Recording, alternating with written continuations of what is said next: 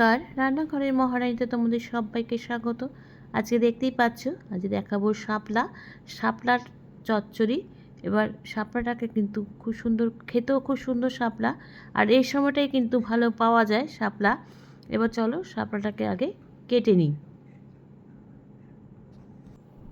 আচ্ছা, শাপলা কিন্তু খেতে কিন্তু খুব সুন্দর। শাপলা কিন্তু কচু দিয়ে, কচুর মতনই খেতে, আর অনেকটা কচুর লতির মতনই দেখতে। এটা কিন্তু তোমরা চিংড়ি মাছ দিয়েও চিংড়ি মাছ দিয়ে শাপলা খেতে খুব ভালো লাগে।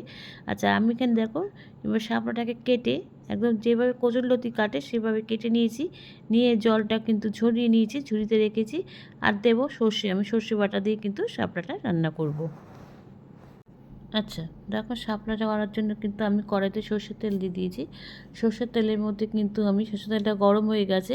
আর ফোড়নে কী দিচ্ছি দেখো, ফোড়নে দিয়েছি কালো জিরে, আর একটা দেবো কাঁচা লঙ্কা। কাঁচা লঙ্কাও কিন্তু ফোড়নে খুব সুন্দর একটা গন্ধ ছাড়ে, সেই জন্য কিন্তু কাঁচা লঙ্কা দিয়ে দিলাম।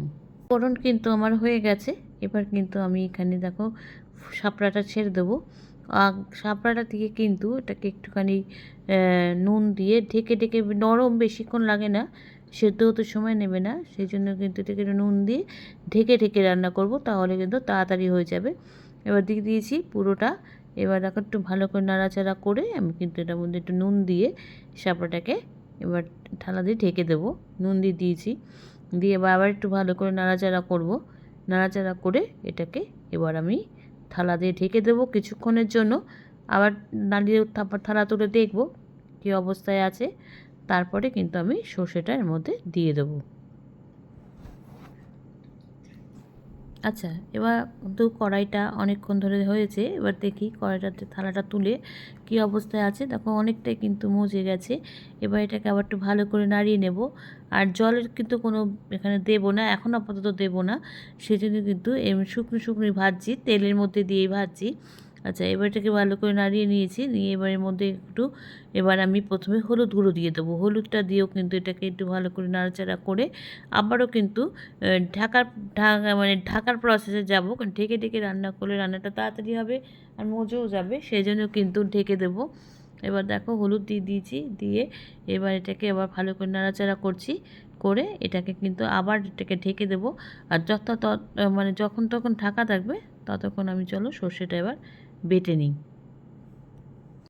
চলো চটপট শিলপাটাতে বেটে নিই। আমার শিলপাটাতে কিন্তু বাটতে ভালোই লাগে। এবার দেখো শিলপাটার মধ্যে আমি সর্ষে আর 3টে কাঁচা লঙ্কা নিয়েছি। আমার কিন্তু কাঁচা লঙ্কাগুলো বেশি একটু ঝাল ঝাল, সেই জন্য কিন্তু আমি 3টে নিয়েছি। আর একটু নুন দিয়ে বাটতে হয় সর্ষেতে, সেই জন্য দিয়ে এবার দেখো বাটতে শুরু করে দিয়েছি। আর মানে আমাদের শিলপাটা রিসেন্টলি কাটানো হয়েছে, ওই জন্য কিন্তু বাটতে খুব ভালো লাগছে, খুব তাড়াতাড়ি হয়ে যাচ্ছে বাটাটা। এবার দেখো বাটিয়ে ভালো করে আর সর্ষে কী বলতো, এত অল্প সর্ষে না মিক্সিতে বাটা যায় না, সেই জন্য কিন্তু শিলপাটাতে বেটে নিতে ভালো লাগে। এবার চলো শিলপাটা মানে বাটা হয়ে গেছে, বাটা খুব সুন্দর বাটা হচ্ছে, একদম মিহি করে বেটে নিয়েছি পেস্টটা।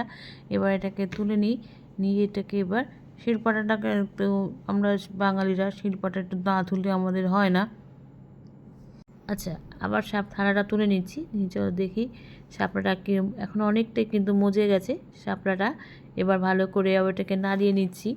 একদম নরম হয়ে গেছে কিন্তু, আর কতটুকু হয়ে গেছে, কতটা দিয়েছিলাম কড়াইতে আর কতটুকু মজে হয়ে গেছে দেখো।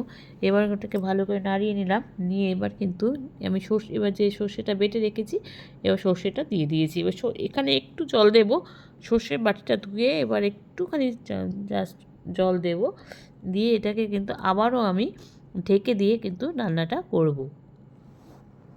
আচ্ছা দেখো আমার কিন্তু হয়ে গেছে রান্নাটা, একটুখানি ঝোল ঝোল, একটুখানি রস রস রাখবো, একদম ড্রাই করব না। ওই জন্য যে অবস্থায় আছে এই অবস্থা, এখন সেদ্ধ হয়ে গেছে, একদম খুব সুন্দর হয়েছিল খেতে শাপলাটা সর্ষে বাটাতে। এইভাবে কিন্তু তোমরা অনায়াসে বাইরে তৈরি করে নিতে পারো। চলো ঝটপট তৈরি হয়ে গেছে কিন্তু আমার শাপলা করতে, রান্না করতে কিন্তু বেশিক্ষণ সময় লাগেনি। দেখো খুব সহজ হয়েছে, আর খেতেও কিন্তু খুব সুন্দর হচ্ছিলো। তোমরা কিন্তু বাড়িতে অনায়াসে তৈরি করে নিতে পারো। আমাকে জানিও লাইক, কমেন্টস আর শেয়ারের মাধ্যমে। তোমরা যারা আমার চ্যানেলটাকে সাবস্ক্রাইব করে আমার সঙ্গে রয়েছেও, তাদের জন্য রয়েছে অসংখ্য অসংখ্য ধন্যবাদ। আর যারা এখনও করোনি তারা প্লিজ চ্যানেলটাকে সাবস্ক্রাইব করে আমার সঙ্গে থেকো। তোমরা সবাই সুস্থ থেকো, সাবধানে থেকো, ভালো থেকো। চলি, টাটা। দেখা হচ্ছে পরবর্তী নতুন কোনো রেসিপিতে তোমাদের সঙ্গে।